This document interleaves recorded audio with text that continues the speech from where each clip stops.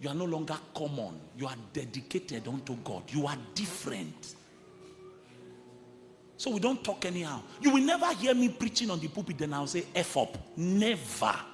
What? God help me. Your language is not cultured.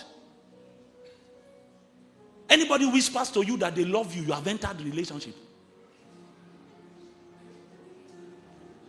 So since January now, this is August, this is the 8th month, you are falling in love 82 times.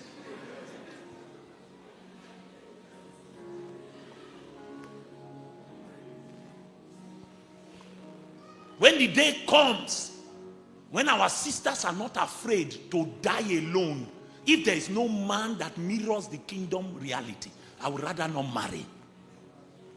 Until we come to that point, Satan will keep making us feel as if there is something we are missing.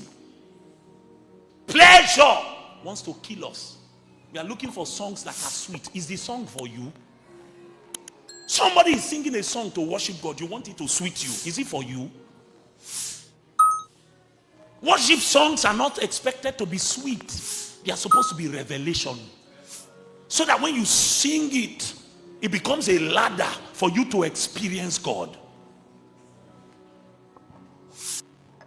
There are certain songs. Is your name in the book of life? That song was the one song that shot a man into limelight. Because he came from the fireplace of his own engagement with Jesus.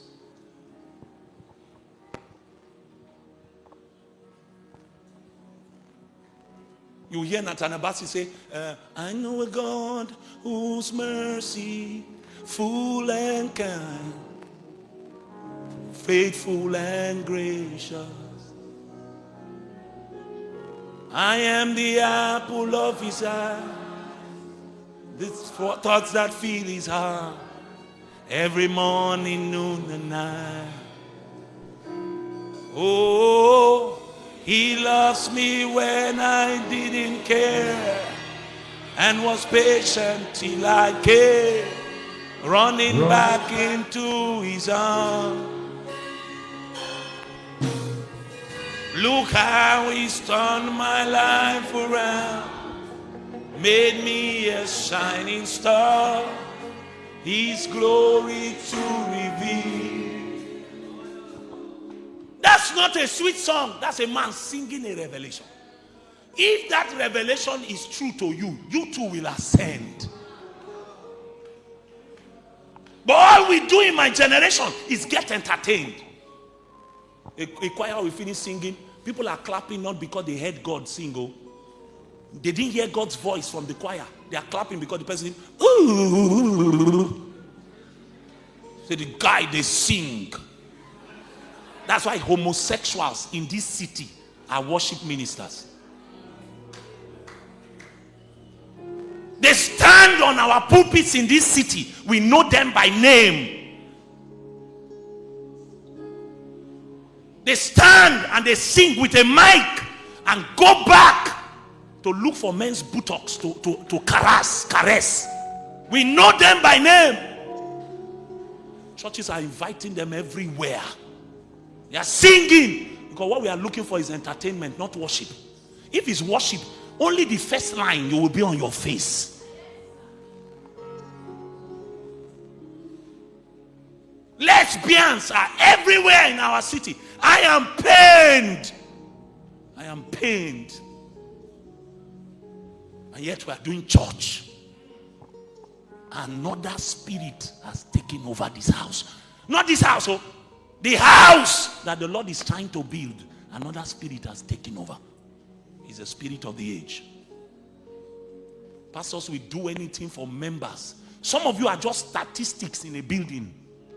They don't care about your soul. Don't care about anything that is happening to you. Just be attending church every week and you are dying. How many times have you masturbated and gone to service? You woke up in the night, your heart is broken, you cried. Then you entered service saying, God, please speak to me. Then the programming manager jumped on the altar and began to tell you, next week money is coming. He's a wicked man. So people who steal people's money, people who are doing Yahoo, can sit down comfortably in a 4-hour service, a so-called service, and be entertained, do all their leg walk, do all their crab walk, do all their crayfish walk, and dance. And then they will close church and say, God came. Came where?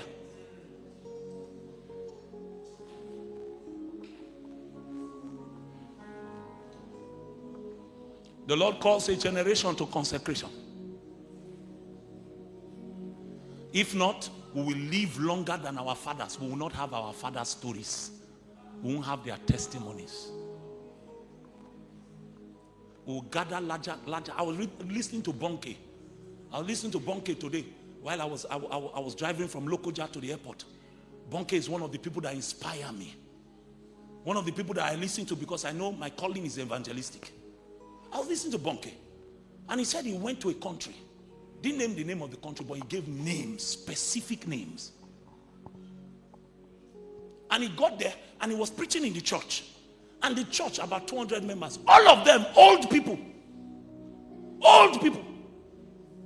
And he asked the pastor, where are all the young people? The pastor said, the young people in this city don't come to church. Come, let me show you where they are. And he carried him. He got to a big building. And it was a disco hall. And all the young people were there dancing. He said, see them. As he was about to leave, God told him, open the dance floor and look. He opened it and he looked. And he said he saw on the young people's faces that what they were enjoying did not have capacity to give them what they wanted in life.